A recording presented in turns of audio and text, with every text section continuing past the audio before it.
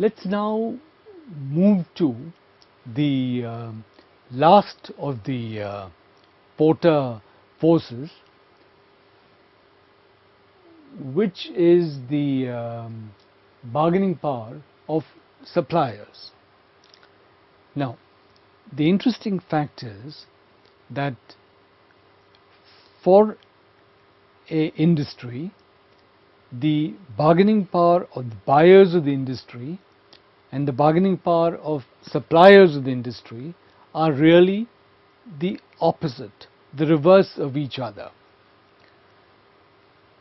An industry in which the bargaining power of buyers is high may have a situation where the bargaining power of suppliers is low.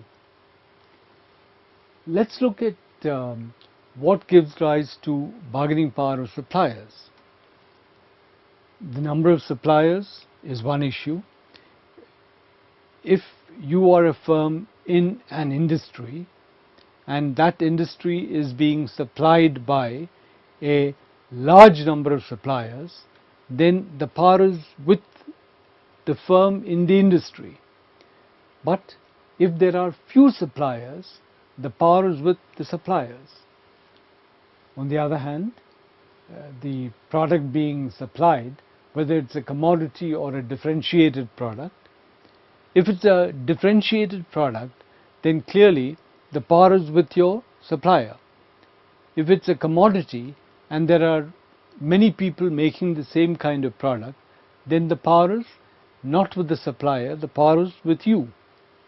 So, if you look at switching costs, if you do not have switching costs, then the power is with you. If you have switching costs, then the power is with the supplier. The supplier, if the supplier can integrate forward and do what you are doing, then the supplier does not need you and the power is more with him. If the supplier cannot integrate forward, the power is with you. If you are buying a large proportion of the supplier's product, then you have the power. On the other hand, if you are buying a small proportion of the supplier's product, then he has the power. So, when you look at suppliers, when the firm looks at suppliers, attractiveness is exactly the opposite of looking at buyers. You're looking at similar factors, but the impact is the opposite. Now let's look at some of these in a little more detail.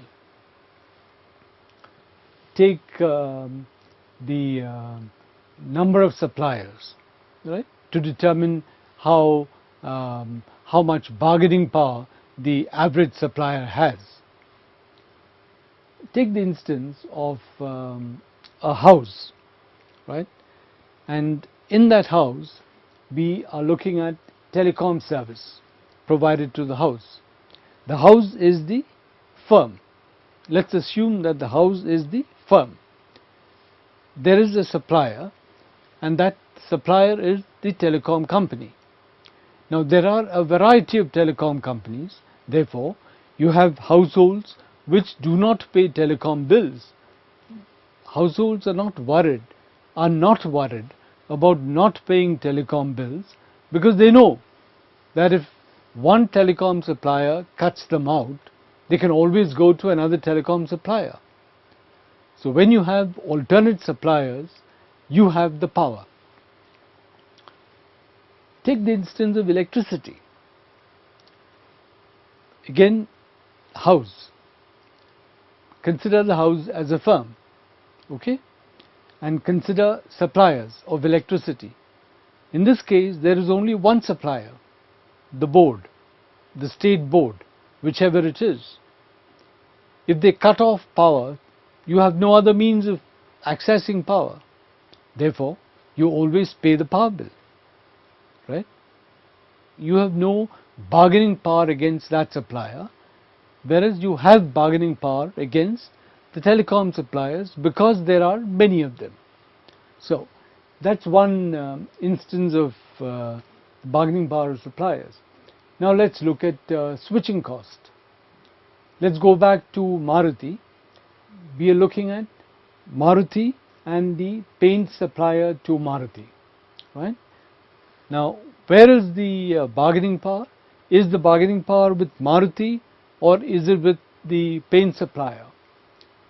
The bargaining power is with the paint supplier because Maruti's switching cost is high. Let's go to the instance of steel.